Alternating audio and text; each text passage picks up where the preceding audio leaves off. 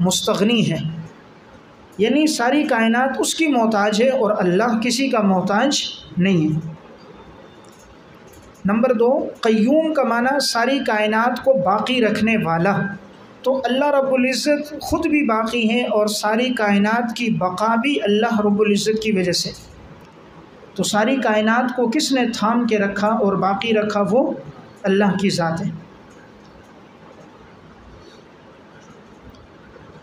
بعض نے قیوم کا معنی کیا ہے هو المدبر لكل شيء على كل شيء على كل حين، کہ قیوم وہ ہے جو تدبیر کرنے والا ہے ہر شے کی، ہر زمانے میں، ہر وقت میں ہر شے کی جو تدبیر کرتا ہے اور باقی رکھتا ہے، جس کا امر چلتا ہے، وہ قیوم ہے۔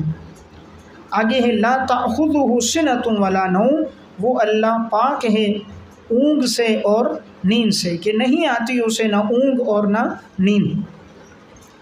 اس کا مطلب ہے لا یغفل عن شیء دقیق ولا جلیل، اللہ سے نہ کوئی چھوٹی چیز مخفی ہے نہ کوئی بڑی چیز۔ جب نیند آتی ہے نا تو انسان سے چیزیں پوشیدہ ہوتی ہیں، تو اللہ نیند اور اونگ سے پاک ہے، اس لیے اللہ سے کوئی چھوٹی اور بڑی چیز پوشیدہ نہیں ہے۔ اب یہاں پر دیکھیں یہ جملہ آیا اللہ نیند اور اونگ سے پاک ہے، یہ نہیں آیا کہ اللہ سے کوئی چیز پوشیدہ نہیں ہے۔ اس کی وجہ کیا ہے؟ اس لیے کہ جب انسان پر نیند آتی ہے نا تو غفلت ہوتی ہے، اور جب غفلت ہوتی ہے تو انسان سے چیزیں پوشیدہ ہو جاتی ہیں، تو یہ سبب کا ذکر ہے، مراد مسبب ہے، اسے مجاز مرسل کہتے ہیں۔ بات سمجھ رہے ہیں کہ دیکھیں یہاں پر کہا اللہ نیند اور اونگ سے پاک ہے، اور مفہوم اس کا کیا کہ اللہ سے چھوٹی بڑی کوئی چیز پوشیدہ نہیں ہے، تو اب اس کے لیے ذکر کیا نیند اور اونگ کا، کیونکہ نیند اور اونگ سبب ہے۔ جب آدمی سوتا ہے، اونگتا ہے، تو اس سے چیزیں پوشیدہ ہو جاتی ہیں، تو ذکر و سبب ہے اور مراد مسبب ہے، جسے مجاز مرسل کہتے ہیں۔ اب نیند اور یہ اونگنا یہ آفت ہے، اور اللہ تعالیٰ ان آفات سے، بلیات سے پاک ہے، یہ ایک عیب ہے، یہ انسان کے لیے ہے، یہ ایک کمی کوتاہی ہے، نقص ہے، اللہ اس نقص سے پاک ہے۔ لِأَنَّهُ آفَةٌ وَهُوَ مُنَزَّهٌ عَنِ الْآفَاتِ وَلِأَنَّهُ تَغَيُّرٌ وَلَا يَجُوزُ عَلَيْهِ التَّغَيُّرُ، اور نیند میں تغیر ہوتا ہے نا، تبدیلی، ایک حالت سے دوسری حالت، پھر تیسری حالت، اور اس میں تغیر ہے، اور ذات باری تعالیٰ تغیر سے پاک ہے۔ اب یہاں اللہ رب العزت نیند سے اور اونگ سے کیوں پاک ہے؟ یہ سوال ہے۔ اس لیے پاک ہے کہ اگر اللہ رب العزت پر نیند اور اونگ آتی تو کائنات کا نظام باقی نہ رہتا۔ دیکھیں ایک ڈرائیور گاڑی چلاتا ہے، تھوڑی دیر کے لیے اس پہ اونگ آ جاتی ہے، ایکسیڈنٹ ہو جاتا ہے، ذرا سی دیر کے لیے جھٹکا لگا، ایکسیڈنٹ ہوا، کتنا نقصان ہو گیا۔ اللہ رب العزت پر نیند اور اونگ آ جائے، کائنات کا یہ نظام درم برم ہو جائے، اس لیے اللہ تعالیٰ ان دونوں سے پاک ہے۔ حضرت موسیٰ علیہ السلام نے اللہ رب العزت سے ایک مرتبہ پوچھا، یا اللہ آپ نیند اور اونگ سے پاک ہیں؟ اللہ رب العزت نے فرمایا میں پاک ہوں۔ فرمایا اس کی کیا وجہ ہے؟ اللہ رب العزت نے بات سمجھانے کے لیے موسیٰ علیہ السلام سے کہا تم ایک پیالے میں پانی لو۔ موسیٰ علیہ السلام نے لیا، کھڑے ہو گئے، اب حکم تھا کھڑے رہے، رات کا وقت تھا، اچانک اونگ آ گئی، جیسے آئی تو جھٹکا لگا اور وہ پیالہ ہاتھ سے گر گیا، پانی گر گیا، پیالہ ٹوٹ گیا۔